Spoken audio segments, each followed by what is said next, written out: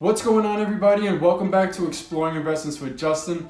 And in today's video, we're going to be looking at Tesla's Q2 earnings, and I really want to talk about two main things in this video.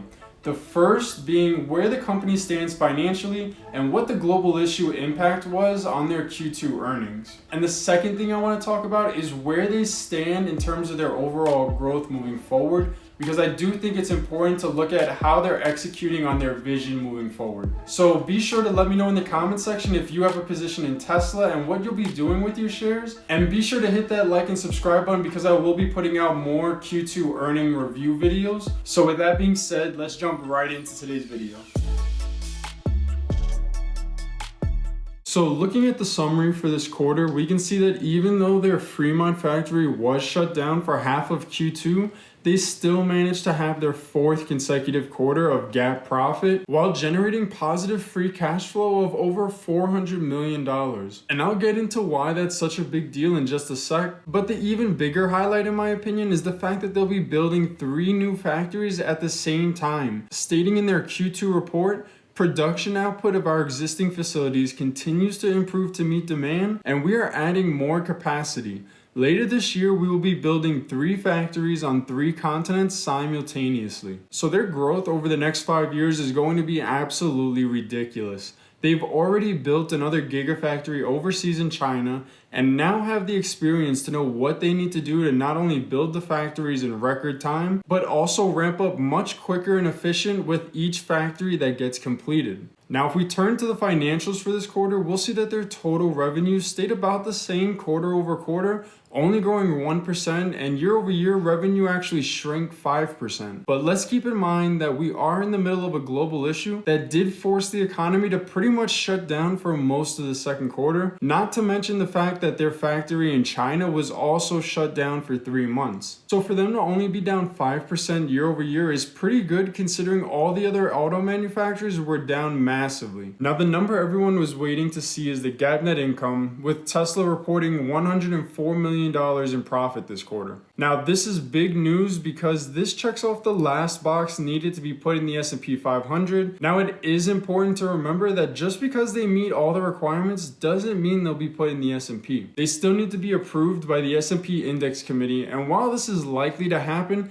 it's still not 100%, so just remember that in case you were thinking of trading the hype. Now, their cash and cash equivalents did grow 74% year over year to $8.6 billion, which is something you always want to see as an investor. And the reason this is big is because they are going to need as much cash as possible to build these 3 gigafactories, especially when each gigafactory costs around $1 billion to build. So I'm definitely happy to see their cash balance grow by that much. Now, I know we already got a preview of the delivery numbers a couple weeks ago, but I do want to briefly go through the major numbers so we can really see the impacts the shutdown had when we look at their quarter over quarter numbers, with total vehicle production dropping 20% over the last 3 months. Now, they did remain relatively flat year over year, with production dropping 5%, but like I said, when we compare that to the other automakers, we can see that Tesla is still way ahead of them when it comes to demand, considering companies like Ford and Nissan both saw deliveries fall almost 30% in the first half of 2020, while Tesla grew deliveries by 15% in that same time period. So now that we've covered the financial part of the Q2 report, let's look at where Tesla stands in terms of growth moving forward. So we can see from this chart here that Tesla will now have the capacity to produce almost 800,000 vehicles,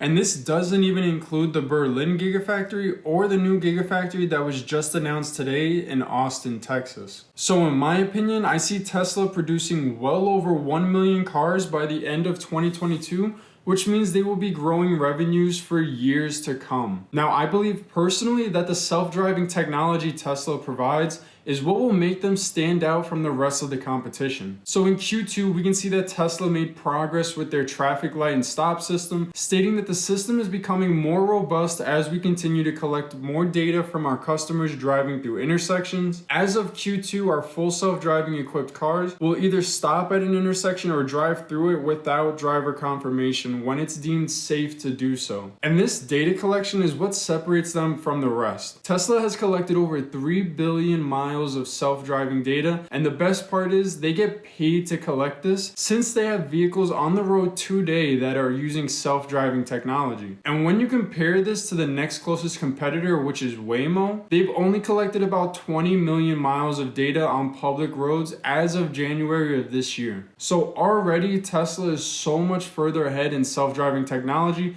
than everyone else, and this is going to be what defines Tesla in the years ahead. And the reason why demand for Tesla will continue to grow is because this is the future of driving, and as the price of cars keep dropping, we'll see more and more people switching over from ICE to electric vehicles, with the majority of them switching over to Teslas because of their self-driving technology. So overall, I like the numbers that came out of Q2, and I think my bullish thesis will play out in the end. And as of now, I own 5 shares with more than $8,000 in profit, and to be honest, I don't plan on selling these shares anytime soon. And I know you're probably wondering why it doesn't show an 8K profit on here. Well, earlier this year when the stock was shooting up, I did sell 2 shares at around $800, and that covered my initial investment, so my equity essentially became my profits. But then I ended up going back and forth trying to time back into the stock, and then I finally decided to just sell the 2 shares and play with house money. And the first 7 shares I bought were around the $210 to $240 range. So right now my equity is essentially my profit. So even if the stock fell $500 a share, I'd still be up $5,000.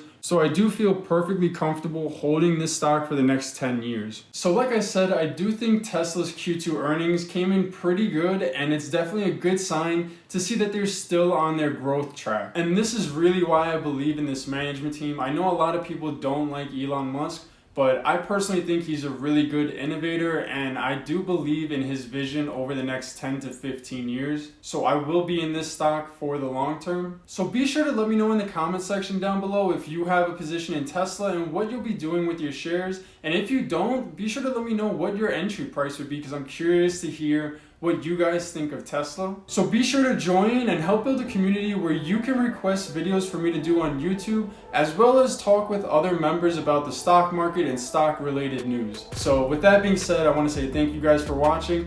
Be sure to let me know what Q2 earnings you want me to cover, and I will catch you on the next one.